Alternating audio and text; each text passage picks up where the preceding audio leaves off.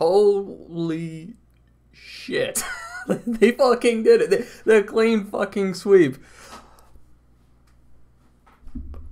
I am at a loss for words. That was the most unexpected fucking finish for this show.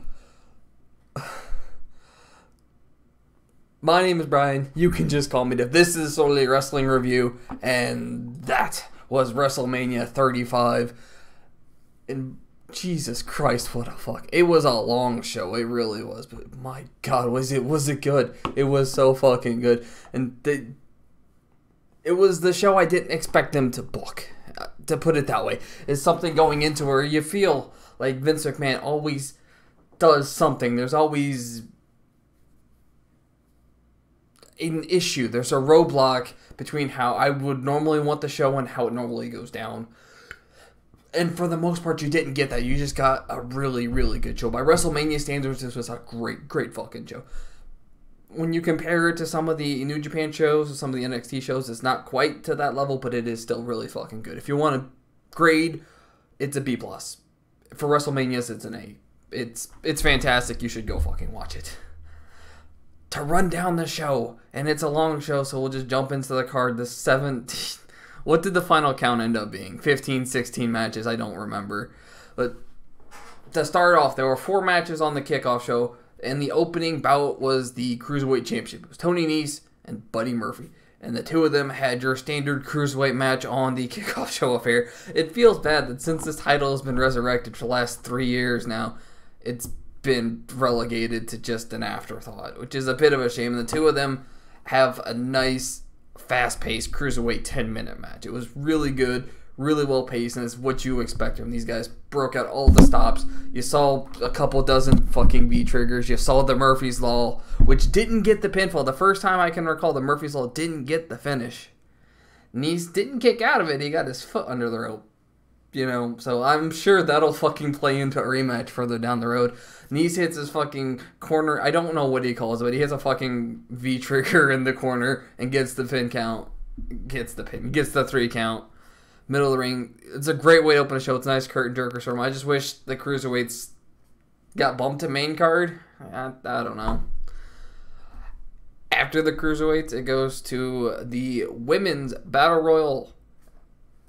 And this match is pointless. I wish these Battle Royals had something going for them. Whether, you know, it's a guaranteed spot in Money in the Bank or a title shot of some sort. Just something to give this oomph besides a trophy that doesn't mean anything. And this year, they brought back the fucking ugly-ass uvula trophy. Just insert fucking picture here. It's ugly. It legitimately looks like one of the fucking high school diagrams of the women's reproductive. It's just ugly as fuck. Why would you do that trophy after the backlash you got for the fucking thing last year?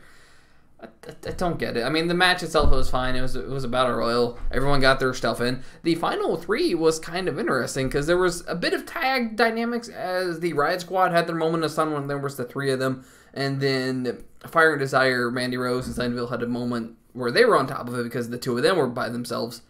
The final 3, as it breaks down, was Sonya Deville and Sarah Logan.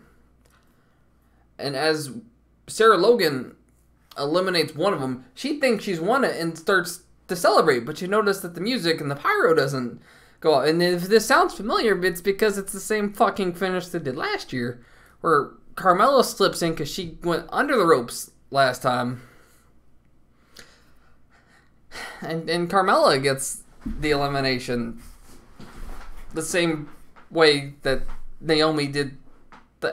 Fucking hell. Like, it's not that hard. How many fucking battle royals do you have with the women every year? 1, 2, maybe somewhere in the middle for like a title opportunity or something?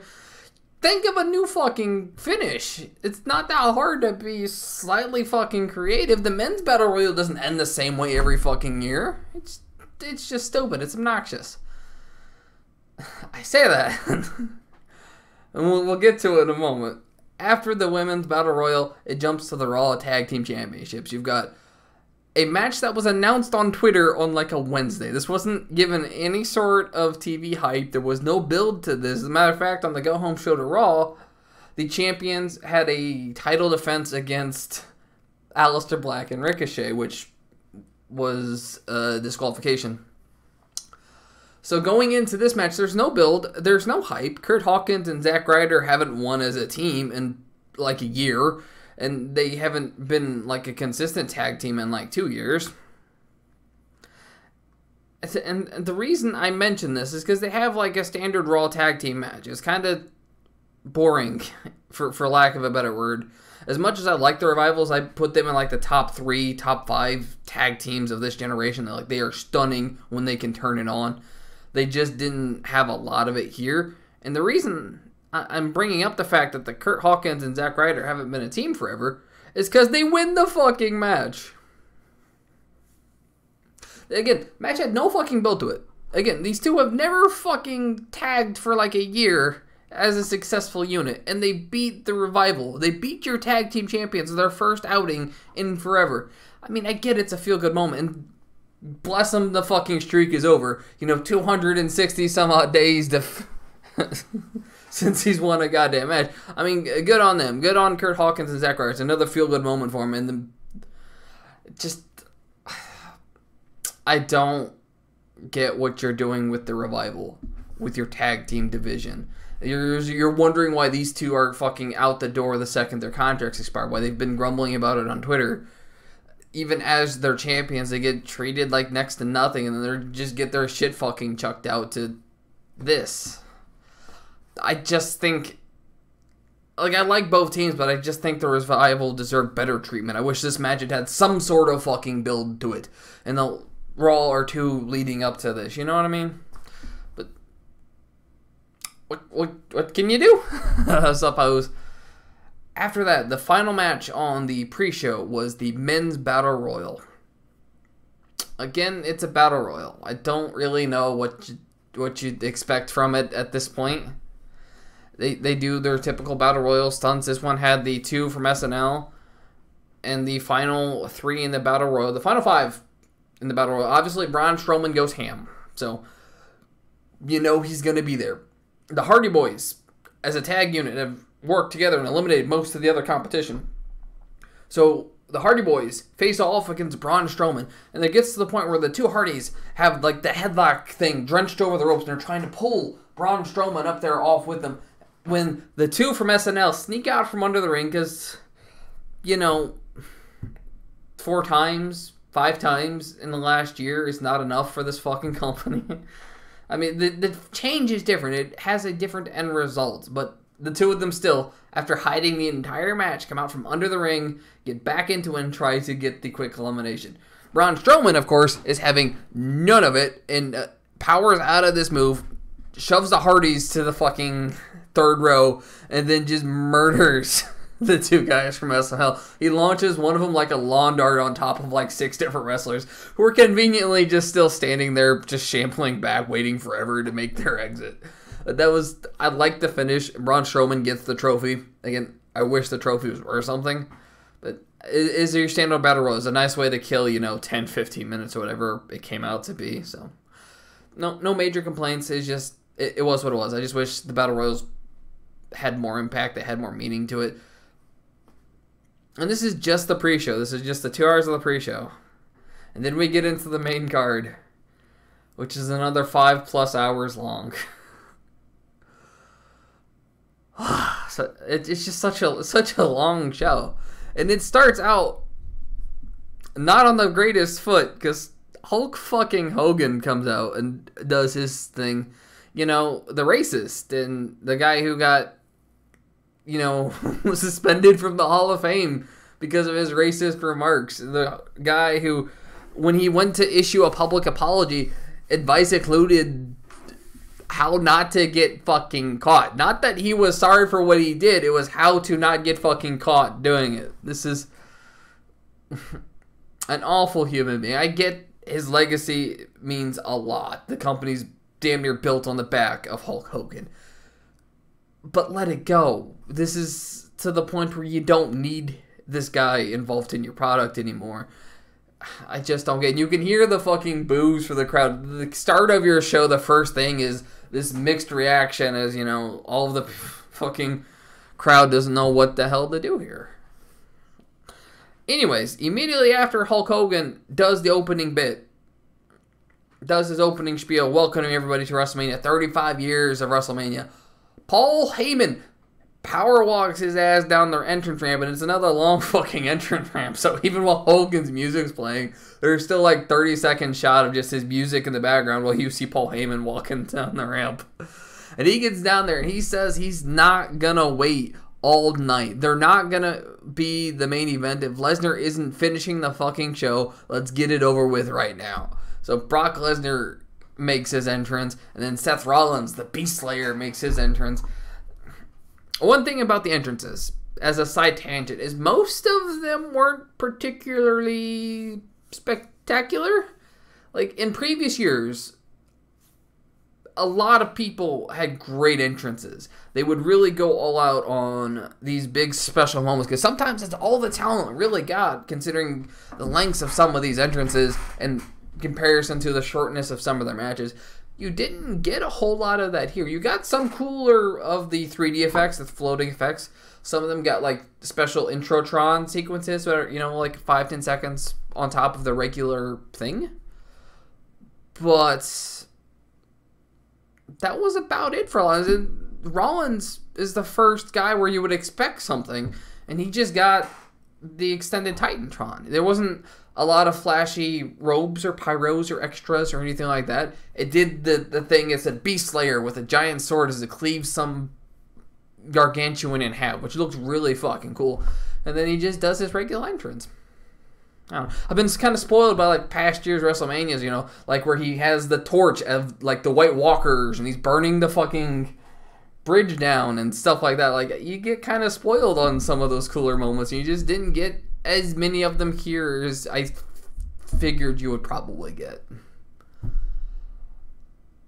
The match itself, before Rollins can get into the ring, Lesnar jumps him. The two of them brawl on the outside. Lesnar just murders Seth Rollins. I call it a brawl. It's basically a mugging. He hits the F5, launches him into the announcer tables, into the barricade, gets into the ring, launches him back outside the ring before the ref can start the match. It's just rough. It was a rough opening sequence to watch. And finally, he drags him back into the ring a second time and backs off long enough for the ref to ring the bell. And when the ref does, the match itself is like 2 minutes. Straight up like 2 minutes. Brock gets a German suplex in. He gets a little bit more offense, and there was an issue to where Seth Rollins shakes something off and he bumps into the ref. The ref doesn't like die, thankfully, but he gets misaligned into the corner long enough for Seth to hit a low blow. The low blow returns from fucking last week on Raw, followed by 3 curb stomps in a row to get the finish. 3 curb stomps in a row. I think this is the first time someone's ever needed 3 of the goddamn things to stay down for very long. And he got the 3 count, and Lesnar, to his credit, sold it like death. After that third one, he didn't move a fucking muscle. It was great. 2 minutes, like 3 minutes or something like that. It was obscenely short of a finish, and I loved it. It was everything you needed to be. It's never going to be a good match. It's not going to get a clinic out of these two. When you look at the rest of the card, it's just not going to happen. You're going to get like a short and sweet sequence. You could either try and do something like Lesnar Goldberg, where it's just, you know, you hit some moves and that's it, or you do something like Balor Lesnar, to where Balor just gets all his shit in real quick and then it's over. And they went more of the other way. So, you know, some pre-match shenanigans, and then the bulk of the match, the meat of the match itself, was fairly one-sided and fairly decisive. You can say what you will about the whole low blow thing, but, you know, they built Brock Lesnar up so fucking strong. What can you do at that point? It was a good match, and we have our first feel-good moment of the night is Seth Rollins, winner of the Royal Rumble. The guy who's been on fire for like the last 8 months, since at least SummerSlam of last year, is your fucking WWE Universal Champion. That's how you start the fucking show. Second match down is AJ Styles versus Randy Orton. Randy Orton is great at putting me to sleep. He just bores the fuck. Even when you're paired with an interesting and exciting guy as AJ Styles, You just have this lead fucking weight on the other end just dragging you down. He's got two good things for him. He's got that scoop slam, which looks beautiful every time he hits it. And the RKO was one of the most exciting finishers because he can't hit that fucker out of nowhere. I mean, to be fair, to be honest, it's not that hard to hit out of nowhere. It's just a fucking cutter. You just grab their head whenever they're in a falling direction. But he can do it. It looks fantastic when he does it. He's got that thing down to a science. But that's it. It's just the rest of his matches are just boring as fuck to me. It is what it is. AJ Styles, his credit, got a decent match out of him. There was the springboard 450, which he hit for once. And then there was another spot where Styles does the springboard. He gets up onto the top rope and stops short as you can see Orton go for the RKO as he was expecting Styles to be there. And when he wasn't, he just falls on his back. That was a really good moment. That was an excellent way to play the psychology of the match. There was a phenomenal forearm on the outside from the barricade, and then the finish of the match as they spill back into the ring was a second phenomenal forearm as AJ Styles beats Randy Orton in like 15 minutes. It felt like 20 minutes, but it's probably slightly shorter than that. It was a good match. It was a decent match. I don't care for Randy Orton. Any time where he's in charge of the match, you just immediately fucking pump the brakes a little bit on that shit. Going out of AJ Styles and Randy Orton, we get to the SmackDown Tag Team Championships. We've got the Usos defending against Aleister Black and Ricochet, against Rusev and Nakamura, and against The Bar, Sheamus and Cesaro. And this is your traditional clusterfuck tag match. It seems like you get one of these almost every year now. And it's exactly what you expect. Every guy got their shit in. It's a fairly quick-paced match. A lot of high spots, lots of super kicks, lots of dives, lots of finishers. There's one section in particular where there's also your, applicable Tower of Doom spot where Ricochet is on the top about to get back body dropped by these two dudes who are getting suplexed by three dudes underneath him. And Ricochet, at the very top, rolls out of it and lands on his fucking feet. Like, what? It's just kind of a crazy moment there for a second. And he fails to capitalize. He fails to capitalize on this crazy moment. He gets a 630 in, but it's not quite enough as the pin gets broken up by the last guy, I believe it was Sheamus, who wasn't involved in the Tower of Doom sequence. The finish of the match involves Sheamus being isolated against the Usos, and the Usos hit a double super kick to drop him to his knees, hit another double super kick to knock him on the ground, and then they hit the double flying goose, the double frog splash to get the finish. Again, I want to say like 10-minute match or something like that. The Usos are poetry. Like, they are a stunning team, and they can remain champions. It was a great outcome for them. They look really strong. They look really impressive. SmackDown's tag division is just fucking fine. It is weird comparing it to the Raw division, where the Revival is losing on a match that wasn't even fucking announced, and the SmackDown division is got shit like this, on top of the New Day, who aren't even competing in this thing. Sorry, it's a long show, and there's a lot to talk about still. Moving on from the SmackDown tag titles, we get to the first of the grudge matches. It is Shane McMahon and The Miz, last man standing. And this is your walk and brawl. The two of them just beat the fuck out of each other as they circle around the arena. They'll trade blows and spots. There's a couple of DDTs. They get to, the building is outside, so there is an overhead in the center for all your lights and your effects, and then there's these posts surrounding it to hold the thing up. And there gets to the point where they get to one of these posts and they do a bunch of spots in and around it, which looked really cool. And then they get DDTs on the aprons, and it's one of those to where Miz hits a skull-crushing finale onto it like a scaffolding and only gets a 2 count. My wife's like, who the hell kicks out of that? And my exact words is it's not over yet. Shane McMahon hasn't jumped off of something high yet. And conveniently, next to the scaffolding was a taller scaffolding. And where the fuck do you think the match goes? Up to the taller scaffolding. And to their credit, Shane doesn't do the jumping off of it. As they get up there, Shane is on the ropes. He's clearly losing this match. And he's begging Miz, please, I'm sorry. And Miz was not not gonna take it. This feud has gotten too personal. There's been issues with the family, with the father who got involved in this match as well, and Shane McMahon made him pay for it. There just wasn't gonna be any forgiveness. The finish of the match is from this scaffolding onto this, off the side of it, conveniently, the only side without the guardrail. I'm sure that's an OSHA violation. They get a superplex off of that onto this landing table section down below. And Shane McMahon lands on top and gets the pin.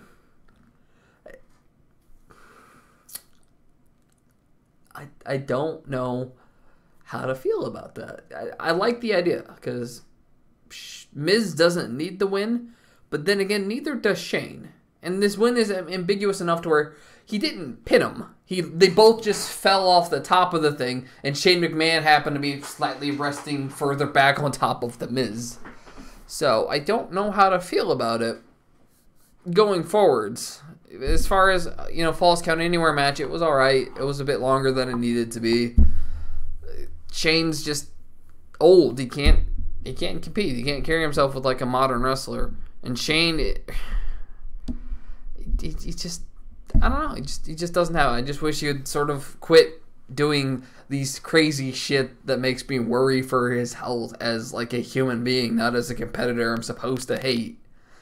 And Miz is good, but he's not, ring general, carry a guy to a good match good. He can hold his own, but he can't, elevate somebody when there's magic between them. They just have an okay match. I just wish it was shorter and that Shane wouldn't try to kill himself every fucking WrestleMania. After that is the Women's Tag Team Championships. Sasha and Bayley, the Boss and Hug Connection, defending against Tamina and Nia Jax, against Beth Phoenix and Natalya, and against Peyton Royce and Billie Kay, the Iconics. This is another one of those your standard clusterfuck tag team affairs. Because there's 4 teams involved, tagging in and out, there's very little traditional tag team wrestling. There's not a lot of opportunity for picking a body part, hot tags in and out. You see a little bit of that, particularly with the Iconics, as the only long-term assembled tag team who've consistently been a tag team. They did a bulk of the traditional tag team wrestling as we would normally understand it. Tamina and Nia Jax did what you would expect them to do, which is just be fucking bulldozers in the rings. The finish to the match is it was crazy, basically, because they get, I forget who does it, but Sasha Banks gets mulled over by one of the bigger girls, and there's a brawl where after this spot, someone else takes them out. And Billie Kay slides in immediately the second later and steals the 3 count. Your new SmackDown, I say they're SmackDown, your new women's tag team champions are the fucking Iconics. What the hell? This is easily the most unpredictable result of that. I didn't figure there is a chance in hell you're going to give it to the comedy tag team on SmackDown. Your second, even your third-rate tag team on the brand. It just blew my gut. I'm not belaboring the decision. I think it's fantastic, and I'm so fucking glad. The actual tag team won the fucking tag team championships. I love the Iconics. Billie Kay. Don't tell my wife. It was a good match. It was really good. So, moving on from the tag team division. I mean, going back to that for a second, actually, where do you go from here? Because the Iconics aren't going to hold this for very long. It's clear. Again, they're a comedy tag team group. So realistically, I don't see them holding the titles for more than a couple of months. They could probably fend off a rematch from, I imagine they do an NXT rematch just to give something, or you could see them taking on Fire and Desire potentially. I don't think they're going to hold it long term. I just don't think they're the right team for it. So it'll be interesting to see what they do from here. And if Sasha Banks and Bayley, if they go back to singles competition, do they stay in the tag division, or do they they break off to bigger and better things, because I think they are deserving of better things, and hopefully now that the top logjam is cleared after all of this, is not tied to this triple threat for the last 4 months, they can finally break up into there and do something, but I don't know. It'll be interesting to see where the Iconics go and where the former tag team champions go. And whether or not Beth Phoenix stays around, if she goes back to retirement. That'll be interesting to see as well. After that, after the women's tag team match, we get to the WWE Championship. This is Kofi Kingston, this is Daniel Bryan, and this is the best match of the night. The two of them tear the house down. They have an absolute clinic. I'm not going to spoil any of this moment, any of the big spots. Just know that this match is amazing and that it's absolutely worth the $10 of admission. The storyline building into this, if you're not familiar, is incredible. You need to watch the promo packages leading up to it. Before the match, they show most of it, and WWE has always been fantastic with making sure you get caught up watching these promos. And this is something where you really need to see it. It's just done so well. And then the two of them, as physically skilled as they are able to deliver on every bit of build and hype that this match had going into it. It was a fantastic match. Again, easily match of the night. Go watch it. End results, to spoil it slightly, again, if you're watching this, you probably should have, if you cared about spoilers, you probably should have turned this off, a minute and a half into the goddamn review. The finish to the match, Kofi Kingston wins over Daniel Bryan, and the fucking roof comes off the goddamn place. It is an ecstatic moment. This is the second time to where, in my opinion, the right guy won. There is no way that you let Daniel Bryan win after the feud, after the build-up to this. And to the build-up that didn't particularly involve Daniel Bryan. Like, Daniel Bryan didn't do anything wrong or intentionally malicious here. Every bit of involvement that led into this was how Vince McMahon played it. How he was doing the B-plus player thing. Again, with your black guy. Like, I'm the owner and I call the shots as he's talking down to the black employee. It's bad optics. It really is. And this was the right play to do, and I hope that they keep going forwards with it. I hope this doesn't drop the entire fucking Vince McMahon thing like it never happened, because it did happen. They need to address it that it happened, and they need to figure out what the best approach is going forwards to stop it. Moving on from that match, the stunning match, you get to Samoa Joe and Rey Mysterio, and the best thing you can say about this is... Sorry, one second here. The best thing you can say about Samoa Joe and Rey Mysterio is it existed. Rey's entrance attire is always fantastic. It's always inspired by some sort of pop culture, usually comic books. He's got the purple and green thing going on with the hood. It looks fantastic. And that's about the best you can say for this match, because it went 1 minute. Yes, 1 fucking minute. This match was done in a heartbeat. It was quick. It was really quick. They got a couple of offensive blows in. Rey tried to do some sort of springboard move off the rope and missed. So immediately, Joe grabs him and pulls him into the clutch and gets the tap out at 1 minute. Dominic wasn't at ringside. So I wonder what happened to that plan? Was it meant to go longer and Rey's injury changed it? Or was the show running over at this point and they figured this is a good way to cut some time? Because, to be honest, there's not a lot of heat into this feud. So if you're going to cut time from somewhere, it makes sense to cut it from here. But I don't know.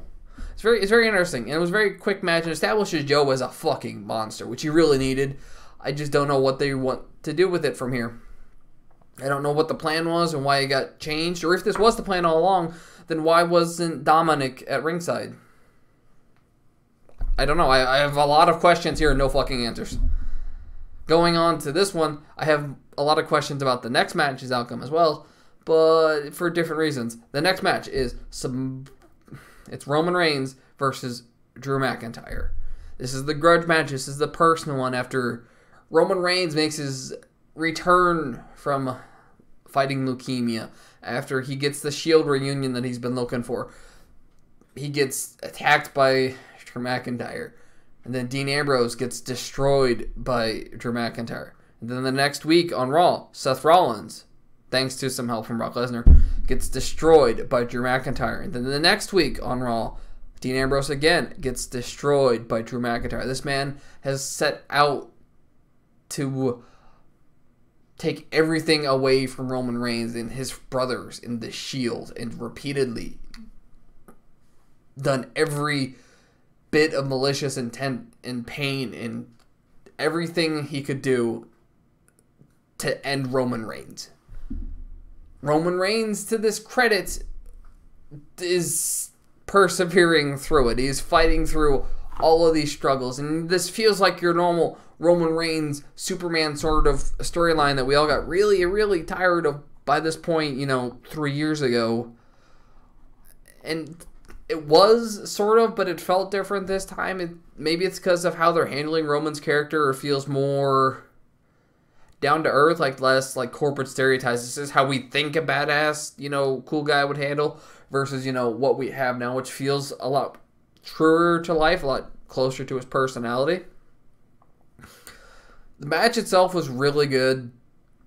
Roman Reigns' moveset's pretty limited, but that's never really stopped them before. The two of them just beat the hell out of each other. It was really, really good to watch. The important thing to note is the ending of the match is exactly how you would end the match. I don't know what I was going to... There wasn't any massive surprises. There wasn't a lot of, crazy spots or stunts in this match. It was just two men beating the hell out of each other. It was simple as that. And for a blood feud, that's what you want. I hate when, these hyper-intense emotional rivalries start out chain wrestling and swapping holds. No, these two went out and they just tore into each other. It looked good. It looked fantastic, and you should watch it.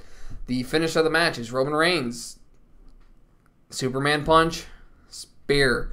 And the lead up to it, there's this Hulk up moment where Drew McIntyre is talking down to him. He's like, I destroyed the Shield. I took away your brothers, and I'm going to exterminate you. Slaps the fuck out of Roman Reigns.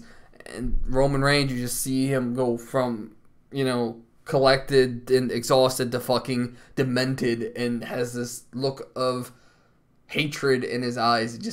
The visual of it looks fantastic. It really does. But that leads to the Superman punch. That leads to the spear. And Roman Reigns wins.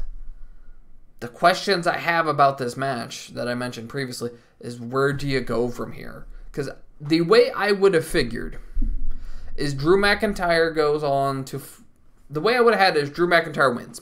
And he goes on as a heel to face your champion. Whoever that is. And in this case, you have Kofi on SmackDown. So you can transfer him to SmackDown in the shakeup.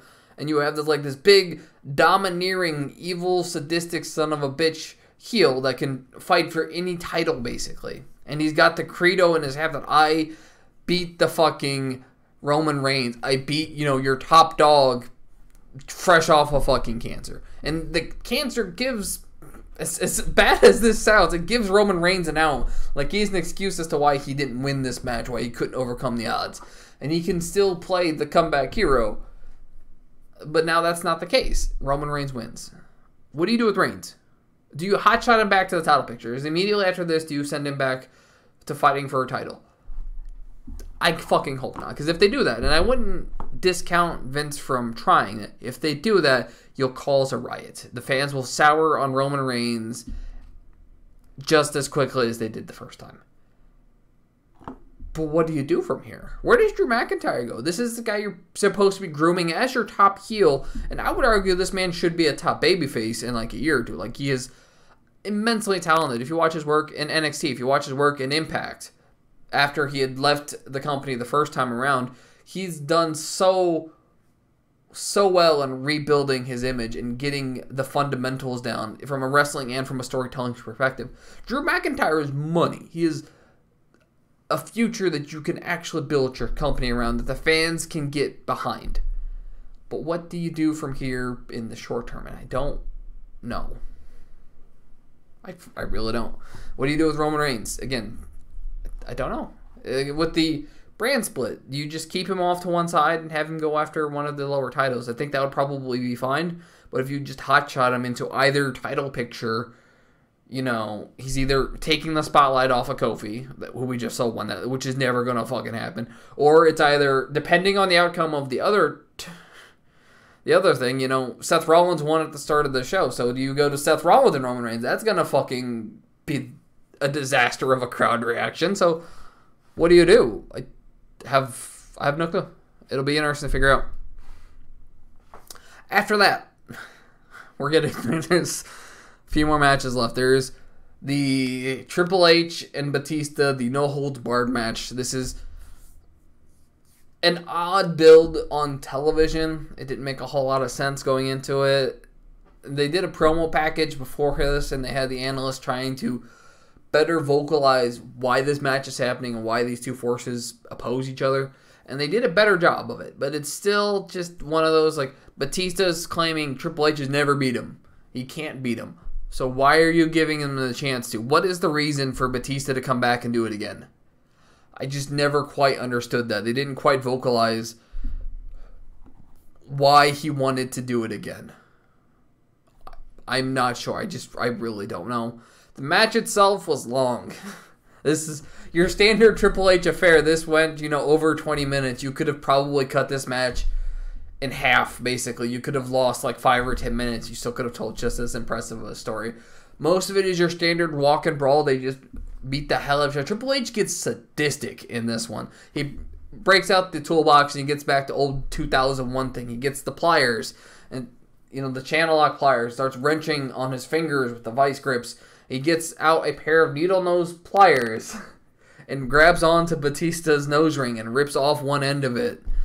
You can tell, like, it was like a breakaway or, it was an extremely loosened nose ring or something, because he wasn't missing a massive chunk of his nose when it came out. They had the ring. You could see it and there was blood there, but it was something, it was a bit loosened, it was a bit gimmicked.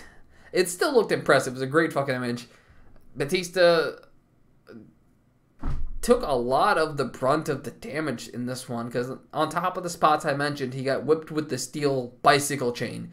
There was a spot where he tries, the announcer tables get involved, and he tries to slam Triple H onto one of the tables, and instead gets backdropped onto it. And the table doesn't break. And the look of agony in his face when he hit that table is like, God, that's real. This so fucking hurts. It really does. It really fucking hurts. And on top of that, immediately after this backdrop, they stand up and he gets fucking speared through the goddamn table. They didn't call it a spear. He just says he drove him through. No, that's a fucking spear. Triple H speared Batista. It wasn't a good-looking spear, don't get me wrong, but no, he speared Batista. And this is still only like halfway through the match. After this like crazy spot, there's still like 10 minutes where the action continues into the ring. They get the steel steps involved in the ring. Batista hits the Batista bomb. Triple H kicks out. There's a spot later where Triple H hits a pedigree and Batista kicks out. There's a spot where Triple H power bombs Batista off the second rope onto the steel steps, and that's a kick out. What the hell are you doing in this match? I don't understand it. The finish of the match, to cut through all of the chase, involves more shenanigans. Ric Flair, returning from his beatdown at the 70th anniversary on Raw several weeks ago, makes the comeback. He slides a Triple H to a sledgehammer, the second sledgehammer of the match, and then goes over and starts trash-talking Batista, trying to get inside of his head. Batista's like, you want this? You want this? This one's for you. And he turns to try and attack Triple H and gets destroyed. The spot that Triple H does here is he runs up, jumps off the steel steps, still left inside the ring, spikes him down with a hammer, and then hits a pedigree for the 3 count. Jesus Christ. Like, there's a lot going on in this match. And again, it's one of those, you could probably cut 5-10 minutes and have a better, more compact story. But it was really good. I mean, these two guys are practically 50, and they beat the hell out of each other. They put life and limb on the line for entertainment, essentially. It was fantastic. It really was. I wish it was slightly shorter. Like, I don't know. But the match was fantastic, and Triple H is not retired from wrestling, so I'm assuming he'll be at fucking Saudi Arabia in another month or two taking his goddamn blood money. Who fucking knows anymore? It was a good match. It was a fantastic WrestleMania. It really was. Going on to that was the Kurt Angle retirement match with Baron Corbin. Yeah, this, like, two entirely diametrically opposed options here. This is like the peak of how you expect a no-holds-barred beat the shit out of each other match, to Kurt Angle, who can barely walk, and Baron Corbin, who, you know, is like fucking boring as wet toast. And the two of them have a match, and it's what you expect. And it's a Baron Corbin match. This is a match you could have seen on Raw, and I'm pretty sure we've seen this exact fucking match on Raw at some point or another. Baron Corbin wins with End of Days at like 5 minutes. I don't know the exact time for that one. Why? Kurt Angle goes out on his back. He puts over the young guy, which is tradition in wrestling. When you're going out, you want to make sure you go out on back. You want to establish the future generation in most circumstances. But why Baron Corbin? I don't get it. Like, this is a guy who's never been over. He's never been popular with the fans. He's never really sold merchandise. His whole fucking shtick as the GM was god-awful, to the point where they were trash-talking it on TV. Why? I don't get why you want his last match to be a loss to Baron Corbin, a guy who doesn't need the win. Again, in the win, even if he needed a win against Kurt Angle doesn't mean anything. Kurt Angle's lost like all of his matches leading up to this one. I mean, he beat Chad Gable, sure, but he lost to fucking Samoa Joe like the night later, and then his match with AJ Styles got fucking ended as well. It doesn't... Beating Kurt Angle at 50 doesn't mean anything.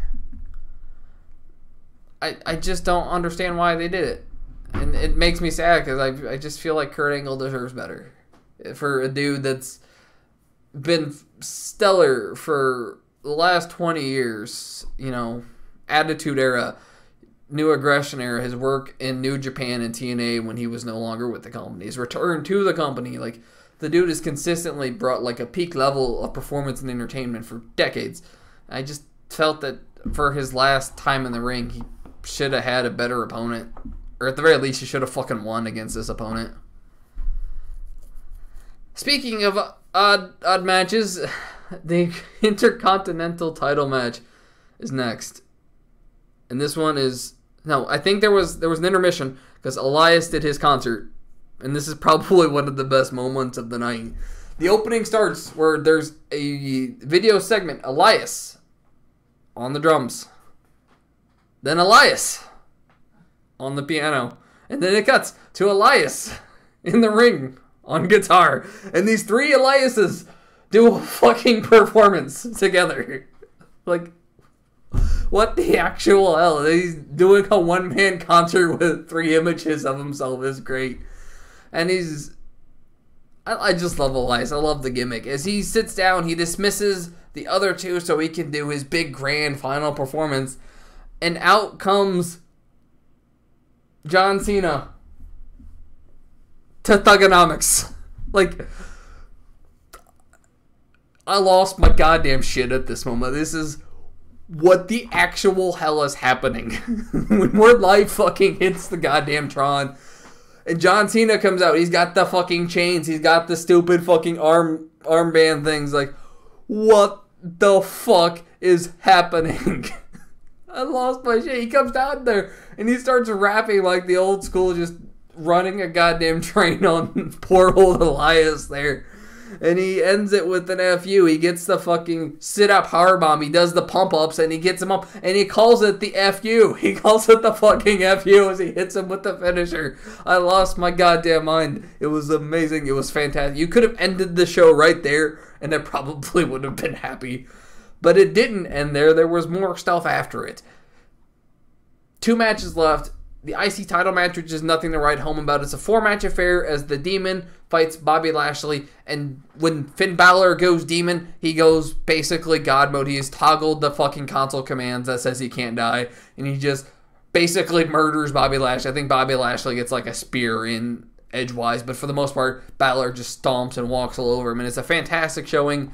Again, it's only like a 5-minute sequence. It's short, sweet, to the point, how it should have been.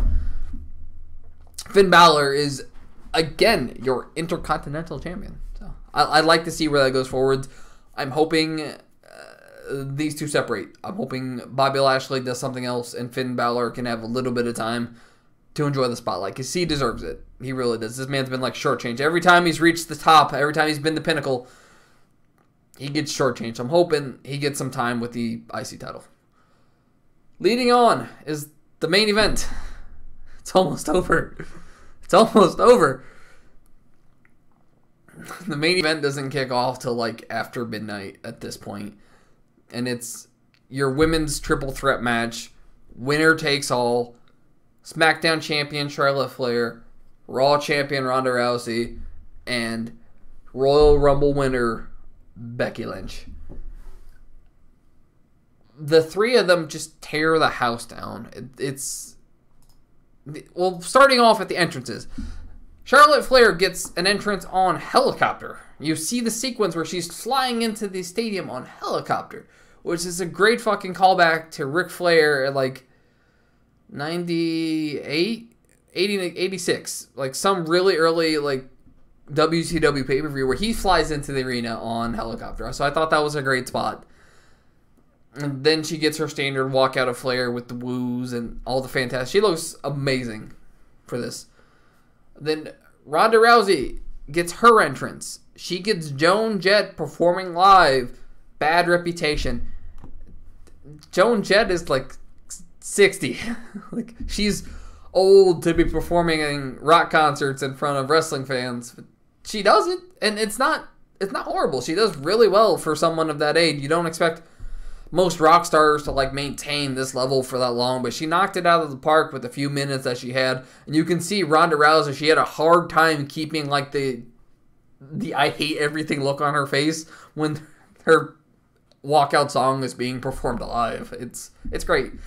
Then Becky Lynch makes her entrance, and the roof comes off the place again. If there was a roof, it would have been shattered 3 or 4 fucking times throughout the night. But for the final time, the roof comes off the place as Becky Lynch makes her entrance, dressed in almost like a Kill Bill sort of thing. I don't know where it's inspired from, but it's got like the fucking pinstripe thing down either side of her. It looks really good.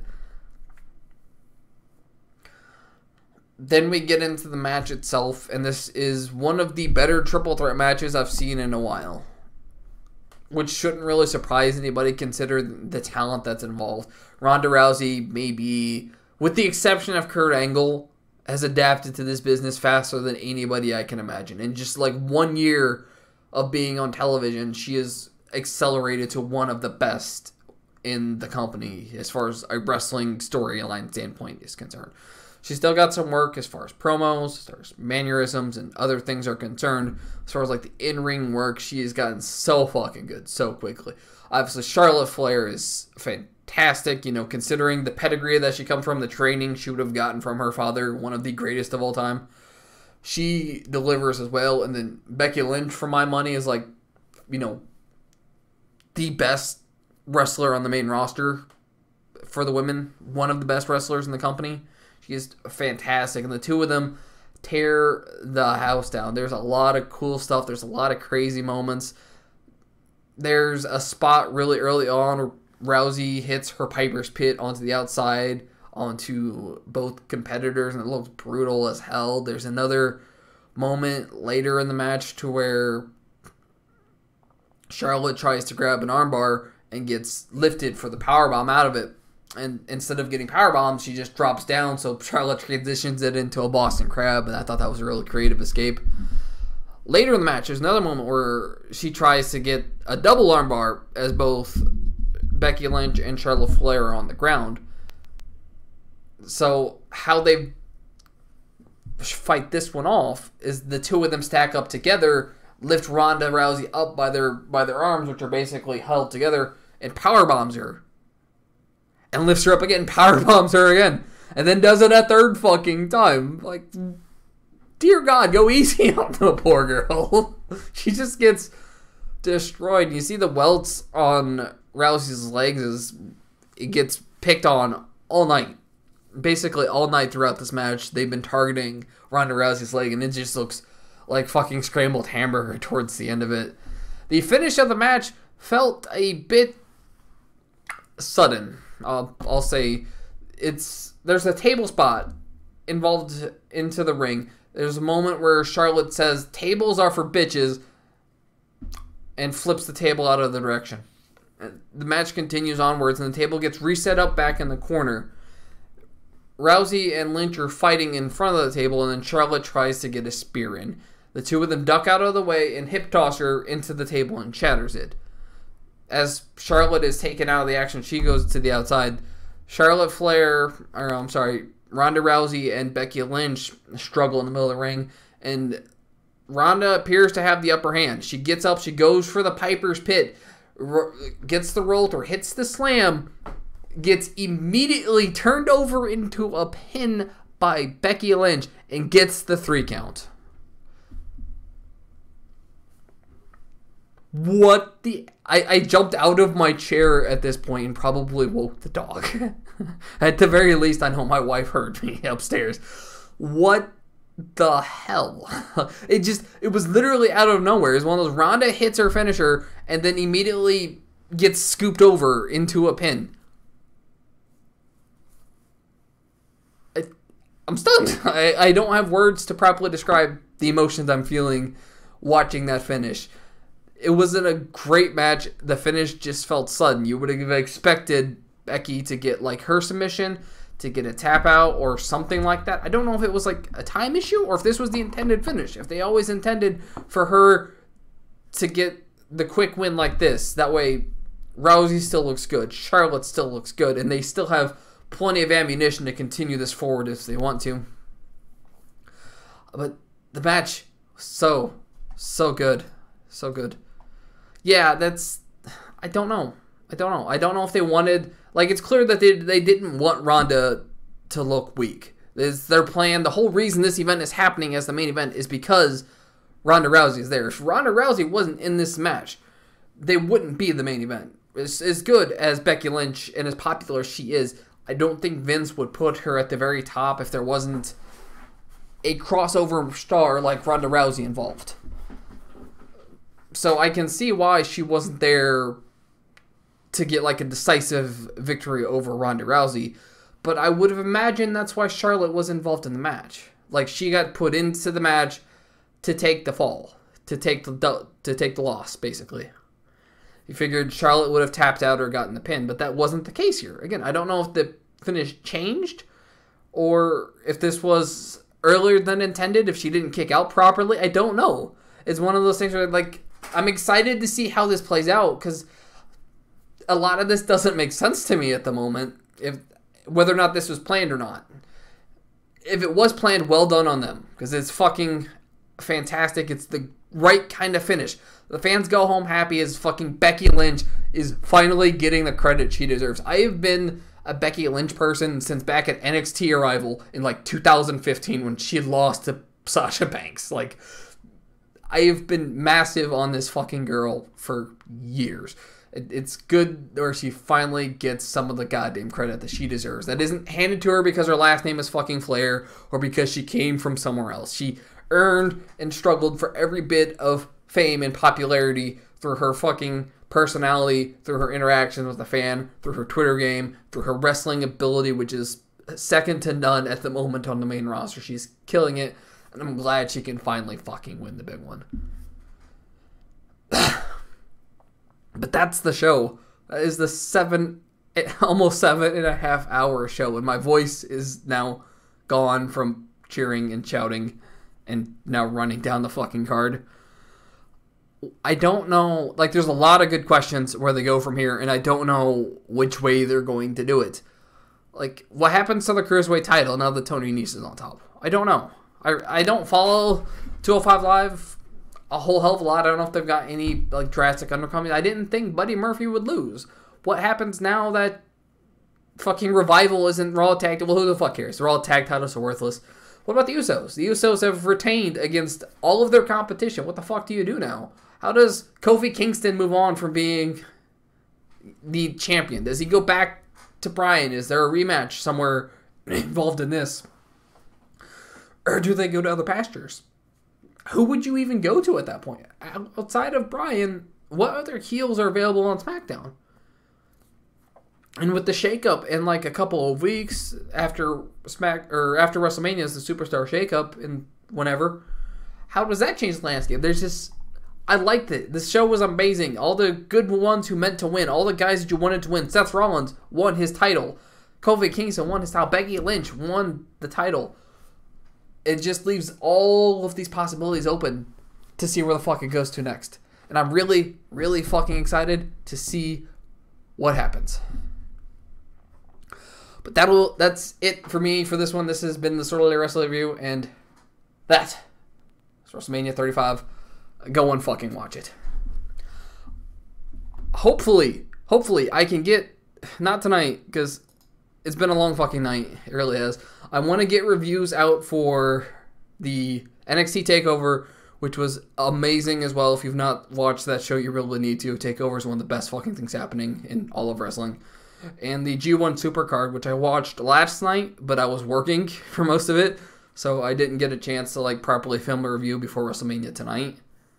Hopefully we'll get those out and we'll see what we need to do. Those will probably be on YouTube. I probably won't stream those directly, but we'll figure it the fuck out. Thanks for coming out. I always appreciate, having a guy or two to chat with about these discussions. This is my passion, wrestling and video games. This is it. This is the only two fucking things in my life outside of my family that, get me motivated, that get me excited. Stuff like this weekend is why I'm a wrestling fan. Just the entire weekend. TakeOver New York was stunning. Adam Cole and Gargano probably had match of the year as far as WWE is concerned. And Naito Ibushi on the fucking G1 Supercard had a stunning match of their own. And on top of, all the other great shenanigans, Okada toggled his fucking God mode and just basically murdered Jay White by the end of it. That was great to watch.